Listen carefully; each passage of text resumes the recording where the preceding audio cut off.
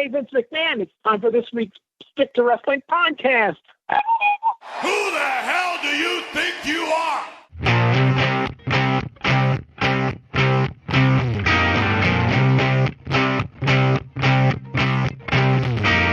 I'm in with the in crowd because I listen to the Stick to Wrestling podcast as one of the worst songs ever. My name is John McAdam. This is Stick to Wrestling.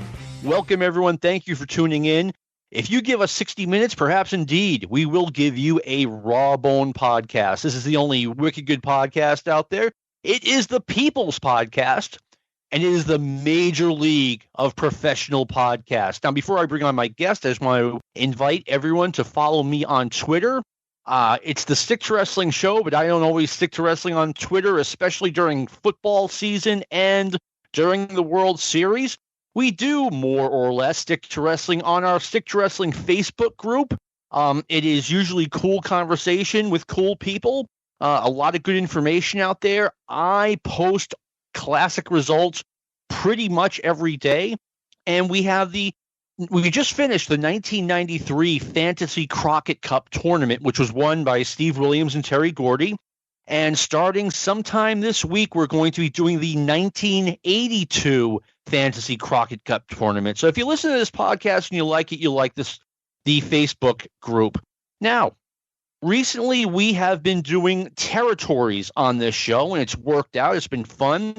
I want to bring on someone who has seen it all from Mid-Atlantic Wrestling. We're going to be talking about that. He's been on the show before. It's been too long. And his North Carolina Tar Heels destroyed rival North Carolina State this week. Mike Gunter. Mike, thanks for coming on. My pleasure, John. Glad to be back. Glad to have you here. So we're doing a Mid-Atlantic podcast. When did you start watching Mid-Atlantic Wrestling, Okay. Mike? I grew up in South Alabama and lived there until I was 15. So in January of 1971, I moved from a real small town in South Alabama. And I've been a fan of Gulf Coast Championship Wrestling. I grew up watching it. And my family moved to Raleigh, North Carolina in January of 1971. And so I looked for the wrestling on the TV there and came across Mid-Atlantic Championship Wrestling. And in those days, it was a tag team territory for the most part. Yes. Paul Jones and Nelson Royal, George Becker and Johnny Weaver, Rip Hawk Sweet Hansen, Brute Bernard, Missouri Mauler were all they were the mainstays. The only singles guy, I guess you could say, was that I remember for the most part was Abe Jacobs. He was like the main single star there in those days. You know, one reason everyone should want to join our Facebook group is you get to ask questions about the current podcast. Usually if I know what we're going to be talking about, I'll say, hey, let's feel free to ask a question about 1970s Mid-Atlantic Wrestling. And we have one that transitions into what Mike's talking about.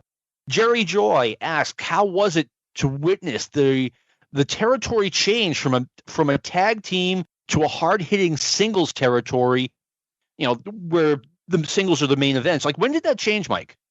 Probably, let's see, I went to college in the fall of 73. So while I was in college, that's when it started changing over at the early part. That he brought in Johnny Valentine and those guys and started becoming more of a singles territory. And they were phasing out a lot of the tag team guys like Brute Bernard, the Missouri Mauler left the area. They split up Rip Hawk and Sweet Hansen and all that stuff. And about the time they split up Swede and Rip's when they brought in Ric Flair and made him Rip's nephew. And, I didn't know that. Wow. Yeah. And so when Ric Flair first came in, he was, Rip Hawk's nephew.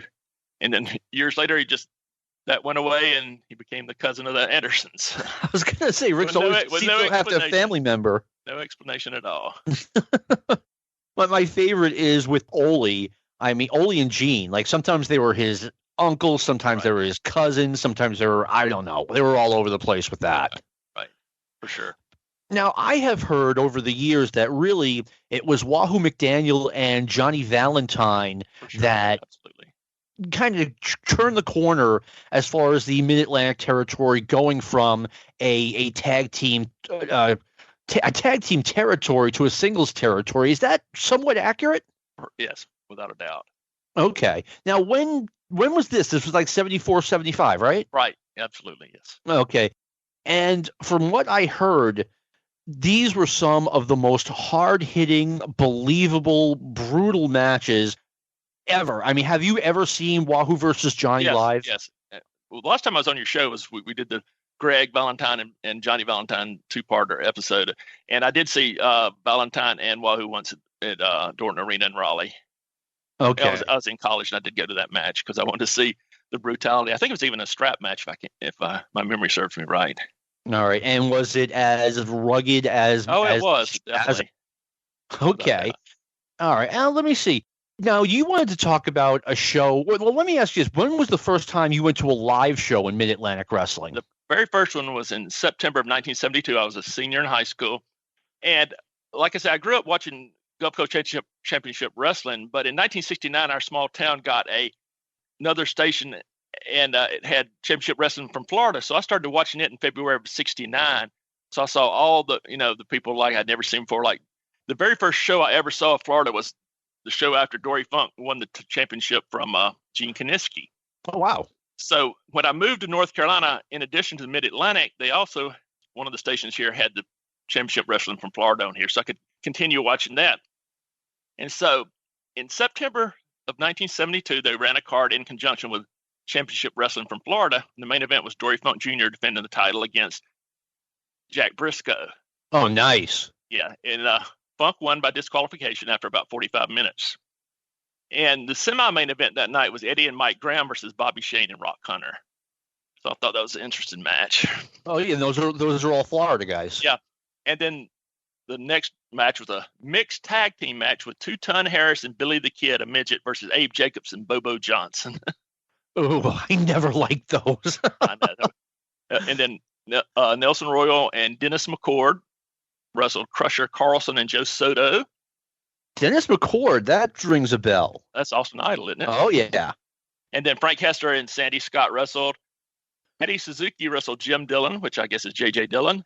And Billy Hines and Terry Sawyer wrestled. And the interesting thing about Billy Hines, he was a mainstay in Gulf Coast when I was a kid growing up. And he was actually the first wrestler I ever met when I was like 12 years old and got his autograph and all that stuff. So it was kind of interesting to see him wrestle up here in the Mid-Atlantic area. The first wrestler I ever met he was a jobber in the WWF, strictly like a guy who was on TV all the time. His name was Steve King. And, I lived near, football players for the New England Patriots. And Steve King was huge. He was every bit as big as one of the Patriots linebackers. Wow. I mean, did you get that impression when you first met a wrestler? Yeah, he was pretty good. Well, the Hines brothers were not that tall. They were probably 5'10" or so, but they were pretty stocky. And, yeah, he was pretty good size. No, King was like, I would say 5'7", 5'8" at best, but he was wider than he was tall. He was pretty amazing. Right. All right, so you went to the 1981 U.S. title tournament. In what city was that held? It was in Charlotte. It was on a Sunday afternoon. Okay. And what happened was Wahoo McDaniel was the U.S. heavyweight champion, and he had been feuding with Roddy Piper. So Roddy Piper on television, Wahoo was wrestling Jacques Goulet, and Piper had hired Abdullah the Butcher as a bounty hunter, unknown to everybody. And Abdullah ran in the ring and just cut up Wahoo bigger than hell, and he bled all over the place, and he had to forfeit the U.S. championship. And I think it was like the third time he had to give up the championship for whatever reason. Anyway, they had a 16-man tournament for that on October 4th in 1981 in Charlotte, and it was a Sunday afternoon. And Wahoo could not be in the tournament, but he did wrestle Abdullah that day. But this tournament had the first round matches were Pat Patterson and Mike Davis, Nikolai Volkov and Ricky Steamboat, Leroy Brown and the Super Destroyer, Ron Bass versus Ivan Koloff, Sergeant Slaughter and Johnny Weaver, Steve Muslin and Jay Youngblood, Dusty Rhodes and Jacques Goulet. And that was the first time I'd ever seen Dusty Rhodes in person. And Ron Ritchie wrestled Ole Anderson. The funny thing about that first round matches is Dusty Rhodes did the job to Jacques Goulet in like 3 or 4 minutes. So I was so excited to see Dusty live for the first time, and he did a job to Jacques Goulet of all people.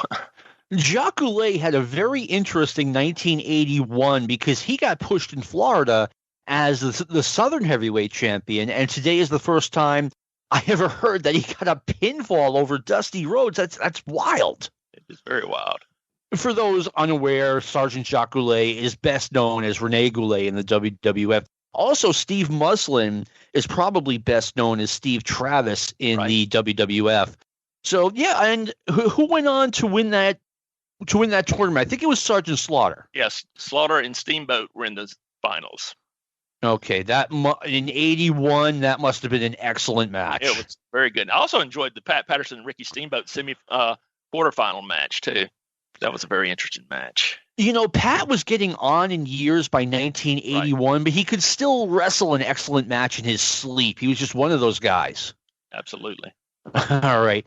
Now, there's a bunch of stuff I want to talk about, but you went to Starrcade 83, Starrcade 84, Starrcade 85, and Starrcade 86. And then they moved the event to Chicago in 1987. You got to share some memories from that. That's crazy. I also went to Starrcade 89 in Atlanta and 90 in St. Louis, but those were WCW days, not Mid-Atlantic days. Yeah, the Starrcade 83 was incredible. I mean, the build-up for it was awesome. You know, Flair for the gold, all that stuff. The card I thought was excellent for the time. They had advertised that Hulk Hogan was going to be on it, but obviously he wasn't. And I mean, the crowd was just incredibly electric that night. Even though the Flair and Harley Race match was not the best in the world, and Gene Kiniski was not the best referee, it still ended up being pretty good. And the pop at the end was just incredible. Oh, I mean, it was. I've seen it on TV. It sounded like a rock concert when Flair finally regained the title from Harley Race. Without a doubt. Now, let me ask you about the way Ric Flair was booked. I mean, he seemed to change from good guy to bad guy left and right in the 80s.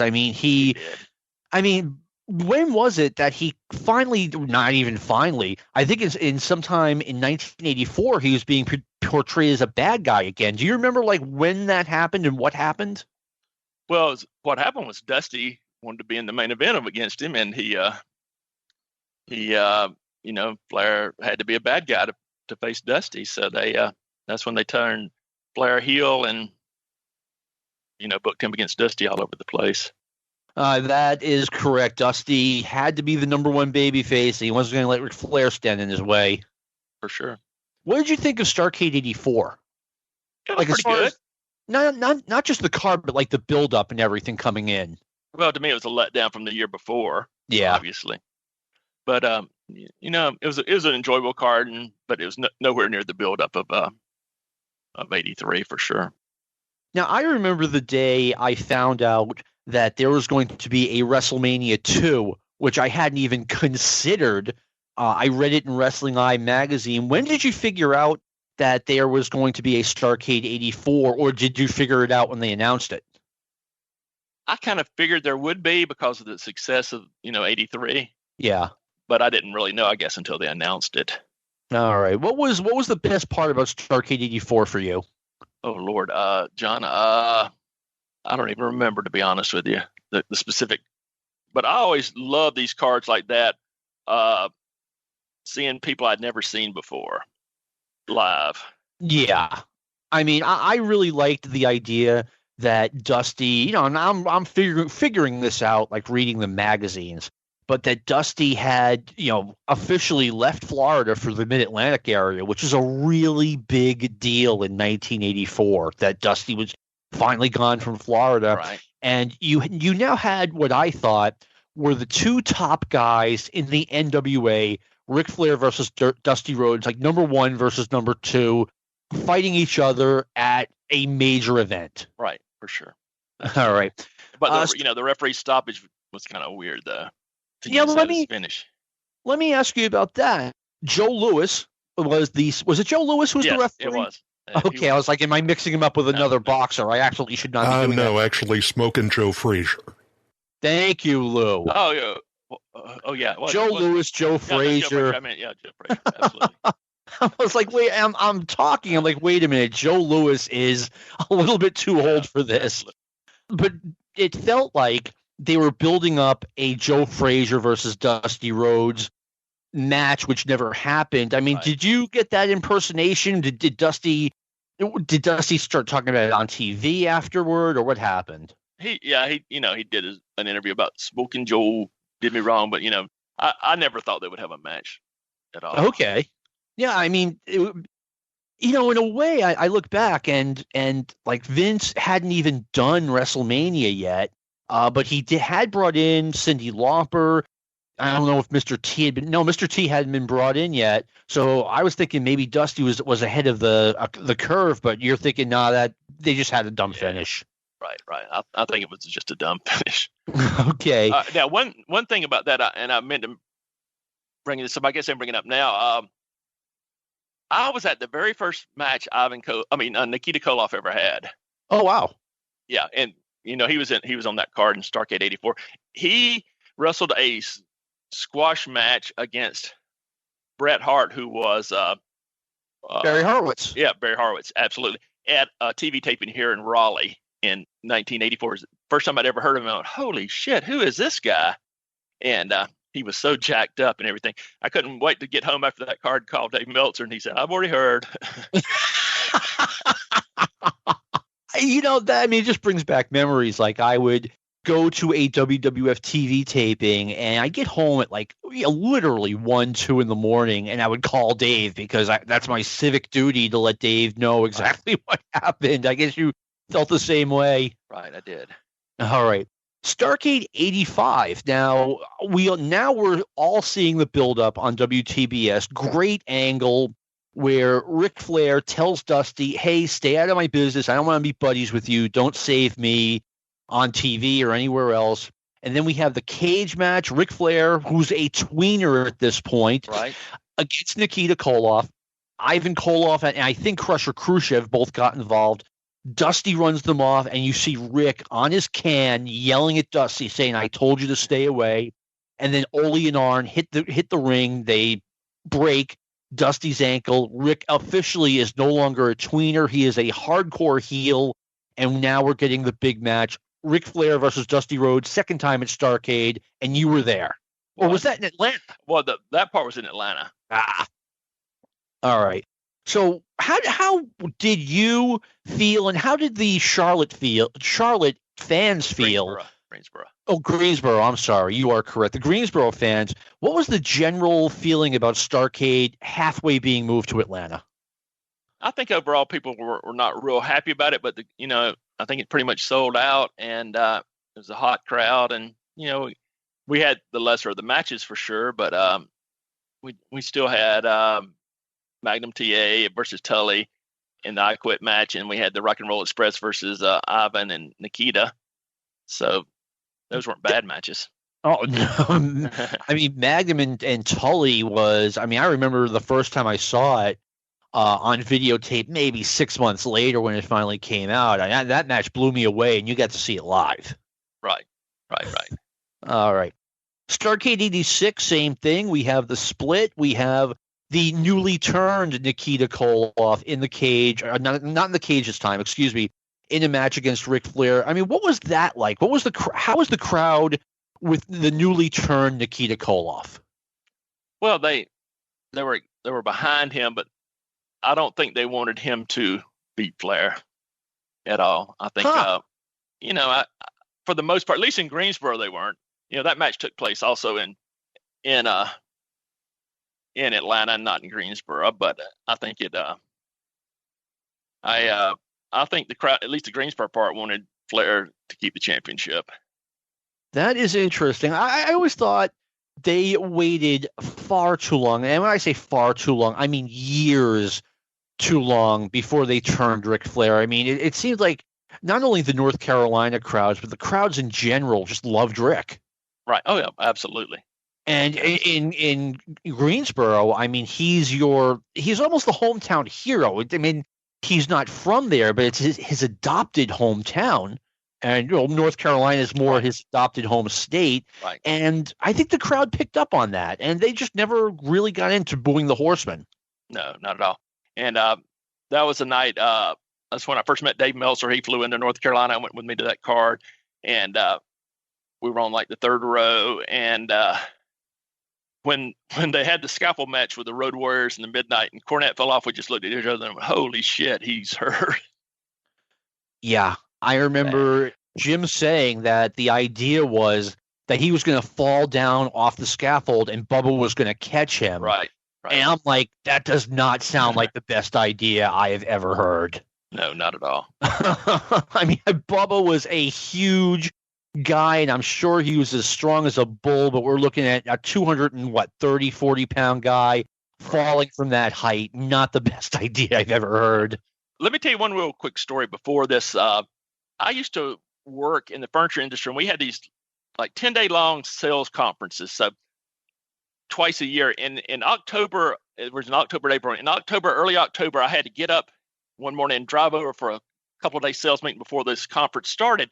And in the car, I was listening to the radio, and I heard every newscast every 30 minutes was talking about a terrible wreck last night in Charlotte, North Carolina. Magnum TA was critically injured, and he's in critical condition in the local Charlotte hospital. I went, holy shit! Yeah, that was the night after it happened. So I get to the meeting, and I have like 30 minutes before it starts. So I run to the payphone, and I dial, and I call Dave Meltzer. It's like 12:30 my time, so it's 9:30 his time in the morning.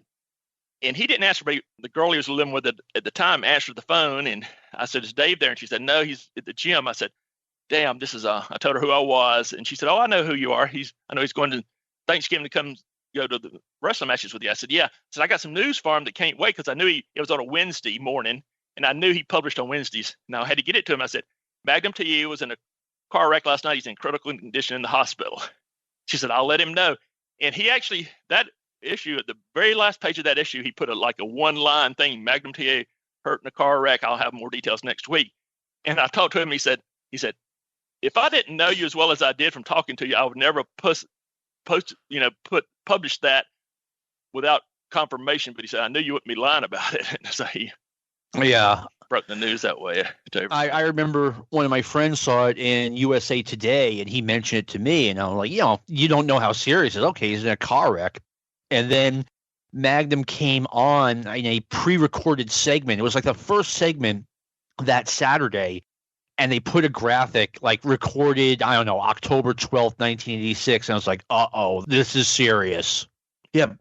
They tried to make it sound like Magnum was eventually going to come back. And right. I mean, the first time I saw him was at the 87 Crockett Cup. Right. And I'm like, okay, if he's still like this 6 months after the wreck, I don't think he's going to be wrestling again. Right.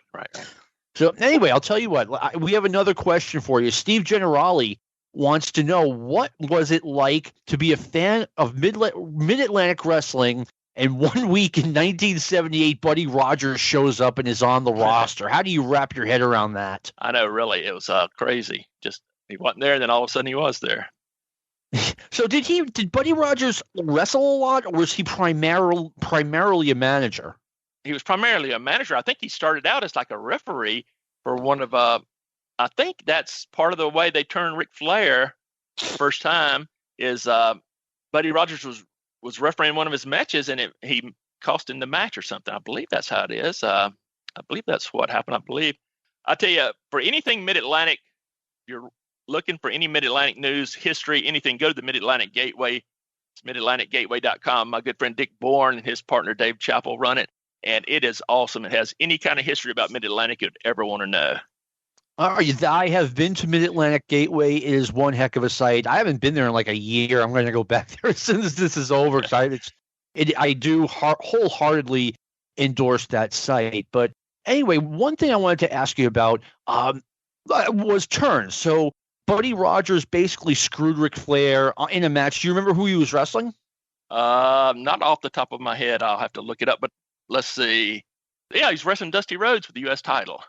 Okay. And then Buddy more or less became a manager. Do you remember? I remember he managed Jimmy Snuka. Right.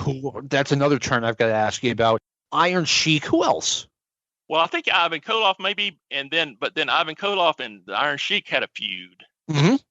Which, but I think they were both still bad guys, both still heels when they feuded. But that's one of the wildest interviews I ever saw in a localized interview. They had a cage match in Charlotte, and Ivan Koloff was doing the interview for the Iron Sheik's match. And it was a cage, and they had the panel of the cage in there, and he was standing behind it, and he grabbed a head of cabbage and started running it back and forth across the cage, and it was just shredding it to pieces. And he said, This is what your head's going to look like, Iron Sheik. I remember a bloody cover of Inside Wrestling with Iron Sheik versus Ivan Koloff on it, and I was a bit taken aback because I didn't know they were feuding, and I was like, this would be an interesting tag team, and they were for a while in Georgia in like 82, 83. Do you remember what started that heel versus heel feud? I have no idea, John. Okay. I just remember it happened, and I remember the local interview and all that stuff, but I don't remember why they feuded. Sorry. All right. So I'll tell you what, one of the most stunning turns in my lifetime, I remember being in New York, waiting to get on the train to get back to Boston, actually back to Providence. And I'm like, in Penn Station, like looking through the magazine stand, and the new issue of The Wrestler is out, and I buy it. And I'm going through it. I look at the ratings, and Paul Jones they have him as the number one most hated wrestler. Right. And I was like, you've got to be kidding me. Not Paul Jones. He would never turn. Do you remember, like, was that a total surprise for you when Paul Jones turned on Ricky Steamboat? Yeah, it was. It was. And that just killed him, too, because when he turned back face, he was never the same. No, he wasn't. And I think one reason is, in my opinion, they turned him back too soon. Right. All right. So, I mean, was it just the mentor versus student thing, or I think they played up like Jones was like getting jealous of all the attention that Steamboat was getting, and it's like like you said, the mentor and the student, and the student was passing the teacher, and he just and they were in a 2-ring battle royal in Charlotte, and Jones turned on him, and that's how he became a bad guy. All right, yeah, because I remember they were NWA Tag Team Champions, and Paul was kind of, the captain of the team, and then I read in The Wrestler that there was a 2-ring battle royal, and Paul just decided he wanted all of the money he didn't want to share with Steamboat. Right, that was like in the late 90, late 78 or something, and then the all 79 he was like a heel, and he and Von Raschke won the NWA championship and all that stuff. And then in early 80, he and the Baron lost the title to Steamboat and Youngblood, and he disappeared for 4 or 5 months and then came back as a babyface. So, yeah, I mean, I always thought there's some guys that you just don't turn. I think Paul Jones was not one of those guys, but at the same time, they should have let him be a heel for a lot longer, in my opinion. It was such a hot turn. Right. I mean, I remember seeing a picture in Inside Wrestling. It was Paul Jones bookended by Ric Flair and Greg Valentine. They all had their arms around each other. And to me, it was just shock. Granted, I was only 13 years old. But it's like, how can this be? How can Paul Jones be hanging out with these guys? Right. All right. Do you remember anything about Blackjack Mulligan's babyface turn? I sure do. That's probably one of the greatest turns in Mid-Atlantic history. Blackjack was getting a little on up there in age, and so they were doing teacher and mentor again, because they were supposedly best friends. They had a band, they traveled together, and all this stuff, and best friends. And then Flair just got a little, jealous. The angle was called the Hat and the Robe, and they were doing on a TV tape in. They were having a little bad, talking back, back and forth, and so what they did was Flair came out wearing this hat of Blackjack's, this cowboy hat that he had supposedly been given by Willie Nelson and Waylon Jennings, and then he decided to just tear it up. Then he had a match, and Blackjack came out in one of his robes and destroyed it.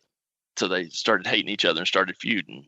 That was a hot feud, and if I recall correctly, they sold out I think it was the Charlotte Coliseum for the first time ever, on the strength of Mulligan and Flair, which speaks volumes. Absolutely.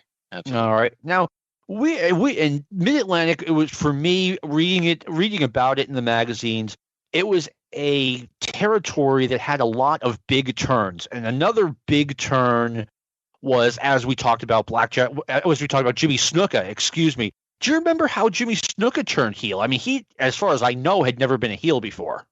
Right. He was a World Tag Team Champion with Paul Orndorff. And they just had some kind of falling out, I think, and he turned heel and was managed by Buddy Rogers. And he won the U.S. title as a heel. I don't remember exactly the exact genesis of why he turned or how he turned, but that's what happened on it. No, because I remember in the same magazine where I'm reading about Paul Jones' turn, I'm looking at the ratings that had Paul Jones as the most hated man in wrestling, and there's this listed as like the number 2 tag team, I want to say, is Jimmy Snuka and Paul Orndorff. Neither, I didn't know, first of all, I didn't know who Orndorff was, Right. because the magazines just didn't talk about him. And number 2, I was like, wow, Jimmy Snuka's in the Mid-Atlantic area, and it turns out that, yeah, did they kind of get the titles right away? Yeah, they did. All right. And did they debut as a tag team?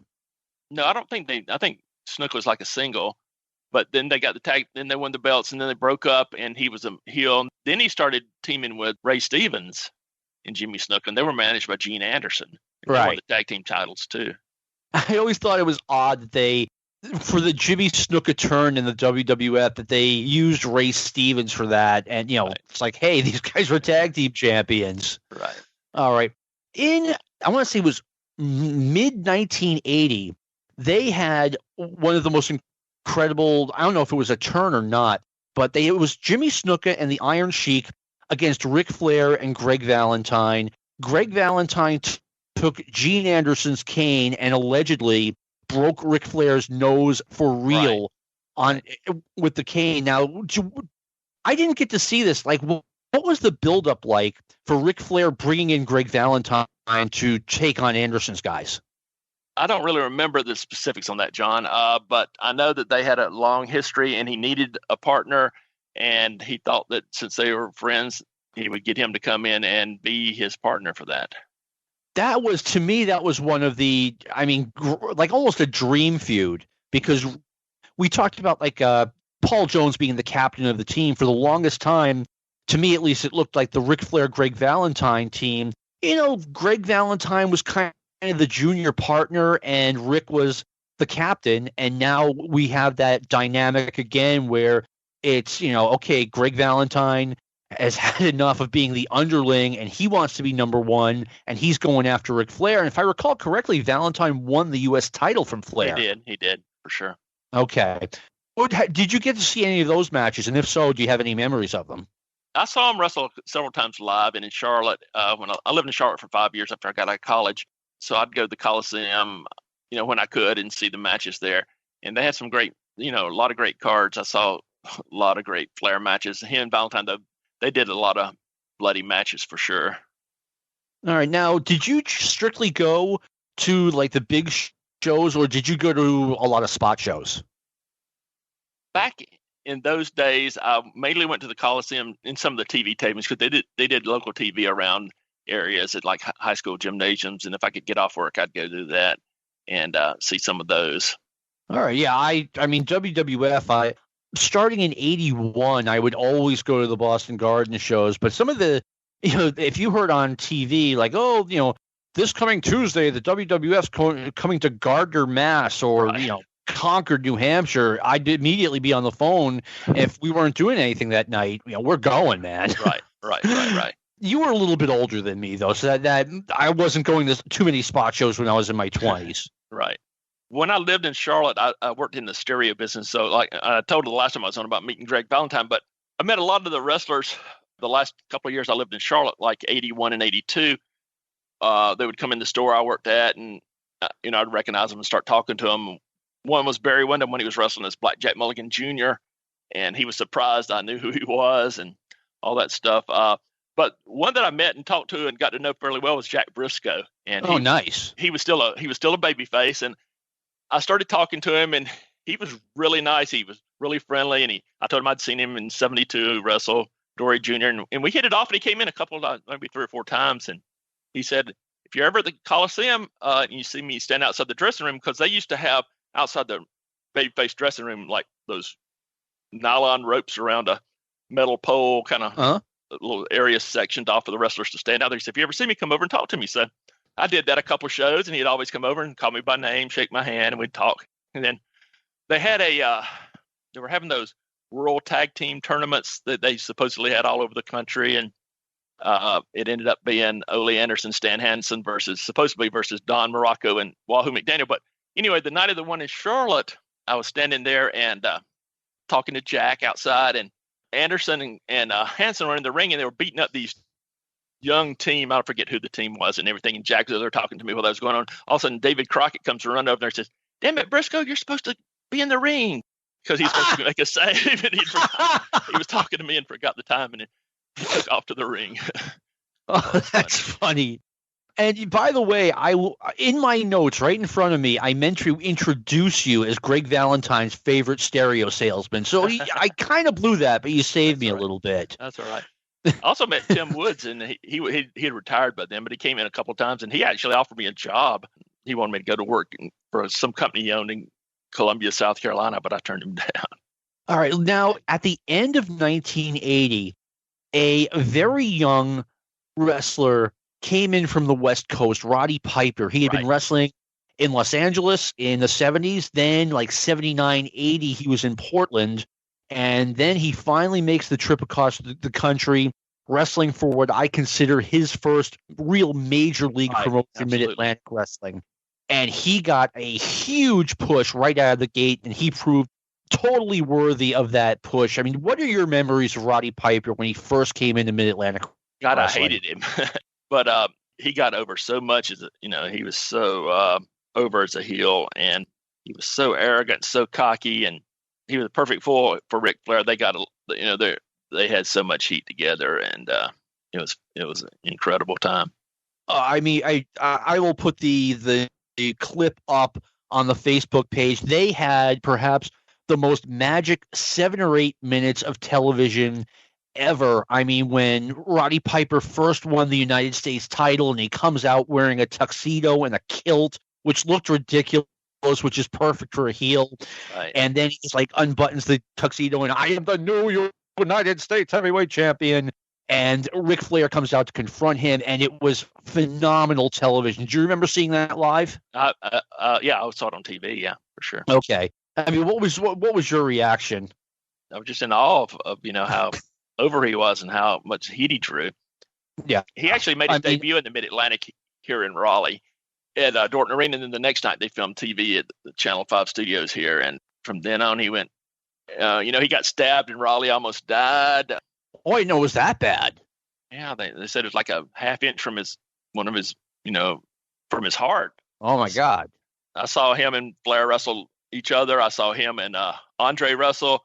I saw a whole bunch of stuff. He was just so over. But a funny story, and I don't know, I probably shouldn't say this, but my wife at the time was a pharmacist in Charlotte, and Piper came into the pharmacy where she worked, and he was on some really heavy duty antipsychotic drugs for depression and all. Oh, geez, I thought you were going to say steroids. No.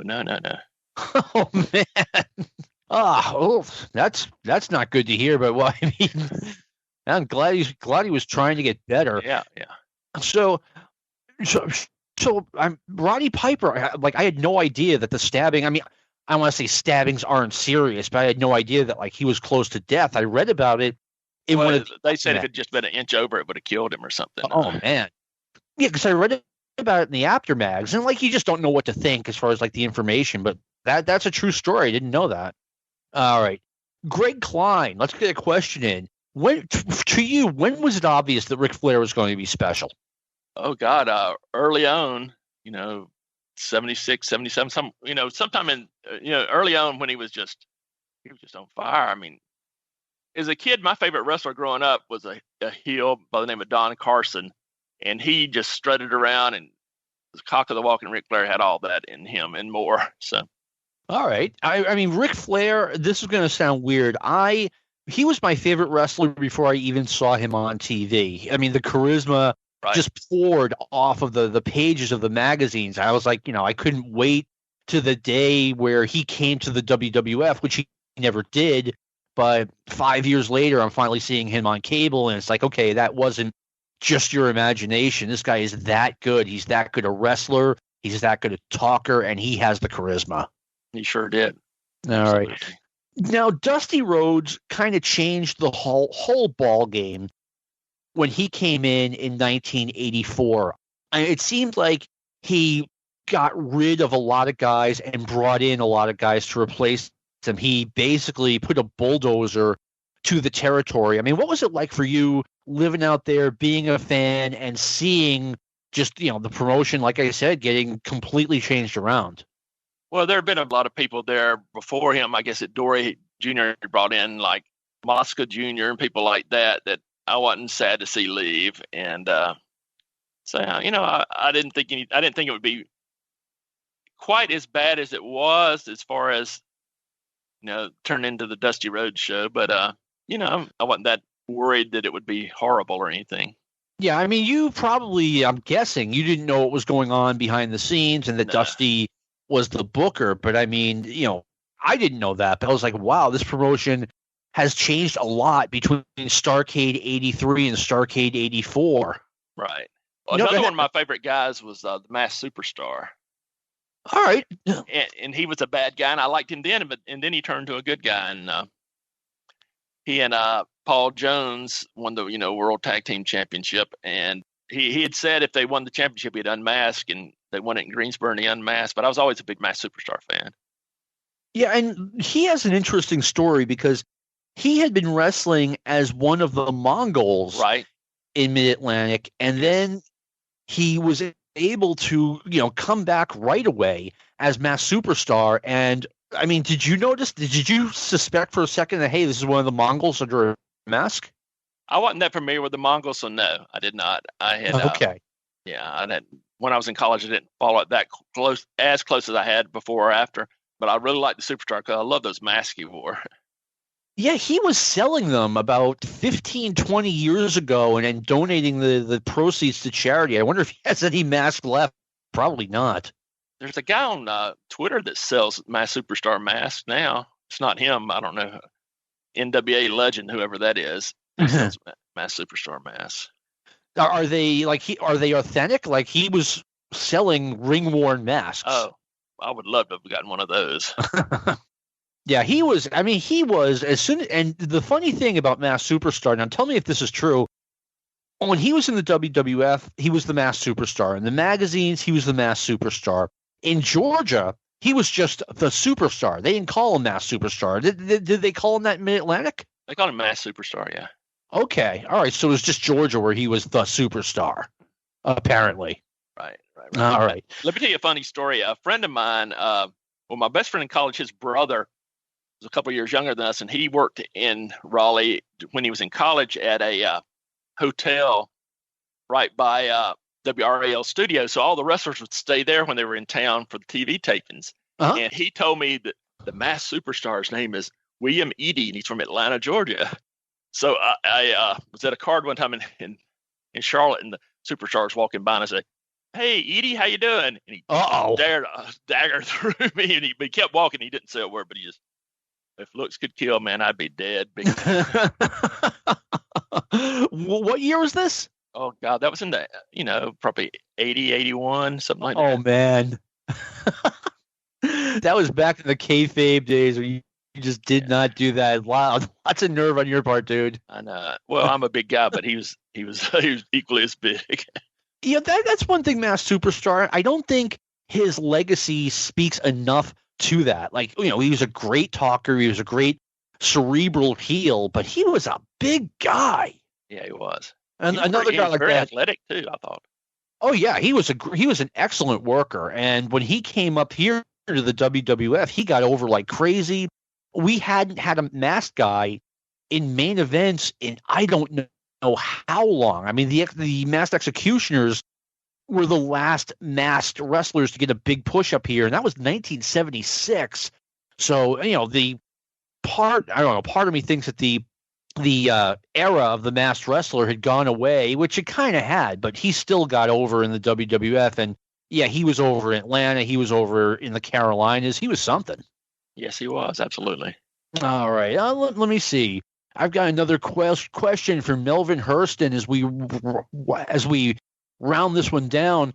This one's kind of a complicated question, but which wrestler's second career messed up their reputation as to how great they were as a wrestler? Example, Gerald Briscoe is known as a stooge, Paul Jones is a manager, or on the other hand, their second career enhanced them like Jerry Lawler. Now, two names that has come up in this podcast, J.J. Dillon was a great. Yeah, he was well known as a wrestler, Right. even though people only see him on TV as J.J. Dillon, the Four Horsemen. Was he in Mid-Atlantic? Was he in the Carolinas for long? No, I think he wrestled a lot in Florida. He wrestled some, and I don't think that long, maybe 6-9 months or something. Okay. Yeah, because JJ, I mean, he was in Central States, he was in Florida, he was a big star in Amarillo. I think he was one of the champions in Amarillo, and yeah, he was someone that was forgotten. Another guy that comes up, Don Carson. I mean, his biggest run was as the manager of the Grapplers on Southwest Wrestling in '82 and '83. But he had a big run as a wrestler. Was he around in the Carolinas for a long time? He was never here. Favorite. I never saw him in the Carolinas. I saw him in the Gulf Coast. Oh, that's right. But he wrestled everywhere, though, all over the country, all over the South mainly, Memphis. He wrestled for Ron Fuller in Southeastern and everything. I actually went to a couple of those names you mentioned. I went to my first card at the Omni ever was December 8th, 1980. It was like the Friday night after John Lennon was killed on the Monday. And I went to a card. I went down there with a friend of mine, and we went and saw wrestling on Friday night, the Atlanta Hawks and the Milwaukee Bucks on Saturday night, and the Atlanta Falcons and the San Francisco 49ers on Sunday. So we made a sports weekend down there. But that wrestling card at the Omni was incredible. Like, the opening match was Jerry Briscoe and Killer Khan, and Jerry Briscoe beat him. And then Ted DiBiase beat the Assassin #1, and they had some kind of women's deal. I forget what exactly that was, but Don Carson was managing the Mongolian Stomper. Oh, that's right. And he beat Jack Briscoe for the National Heavyweight Championship that night. Now, this was right when they first started, when they got away from the Georgia State title and started calling it the National Heavyweight Championship. Right. Is that right? Absolutely, yes.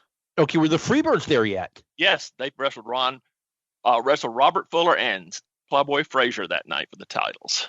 Okay, and yeah, that should have been at least a little bit of a hint that, hey, the days of this just being a territory are coming to an end. Right. I mean, WTBS was starting to get national exposure, and you couldn't just say, I guess you could if you wanted to, but they didn't want to just call it the Georgia Heavyweight Championship. So things were changing. And that also had a judo jacket match between Mr. Saito and Wrestling 2 that night. And the main event was Ole Anderson versus Bill Watts with Bobo Brazil as a referee. Oh, wow. Yeah. Well, I didn't know Bobo Brazil was in Georgia around that time. He just came as a referee. Oh, okay. For that match, yeah. It was interesting. What Ole had come out a couple of weeks before on TV and said, I've made a list of everybody that's righted me and my career's winding down, so I'm going to take care of all these slights I had. And the first name on that list is Bill Watts, and Watts said he would take the match as long as he could pick the referee, and he picked Bobo Brazil, and he won, and all that stuff. And so that Ole dropped the angle of righting all the wrongs after that. But that's not Mid-Atlantic, so I shouldn't have brought that up. But anyway, no, we don't need to stick to strictly Mid-Atlantic. I'm the one bringing up the WWF left and right. It's cool. All right, so that's another thing I wanted to talk to you about. I mean, Paul Jones was a legend in the Mid-Atlantic area. Yes. I mean, he was the United States champion. He was the World Tag Team champion. He was a great heel. He was a great babyface. It kind of bothers me a little bit that he is remembered as a crappy manager. Yeah. He was horrible. He was not a good manager at all. No. But, I had this conversation took place 20 years ago. We were talking about potential Hall of Fame guys, and I don't think Paul Jones is an observer Hall of Famer. I think he's the next level down, where he has his strong points, but it's just not enough. But anyway, this conversation, I was like, yeah, Paul Jones barely is right on the cusp of the Hall of Fame, but he's not quite there. And this guy looks at me, he's like, are you crazy? He's one of the worst managers ever. And that was to him, that was all he was known for. Right. He had a great run in Florida, too, though. Oh, that's right. When he was throwing titles off the bridge and stuff like that. All right. Well, anyway, we are out of time. Mike, thank you for coming on. It's been too long, and we're not going to wait that long before you have you on again. All right. Sounds good, man. All right. And I want to thank everyone for listening. We'll be back next week. One last thing, John. Definitely. Big shout out to my longtime friend, Dave Flaherty. What a great job he did last week on your show. Well, thanks very much. Wow, you're listening every week, and as well as the rest of you should be. I want to thank our producer, Lou Kipilman, for all of the great work he does. Believe me, there's a lot of good stuff behind the scenes. And this has been a production of the Arcadian Vanguard Podcast Network. So long from the Granite State. This concludes our podcast day.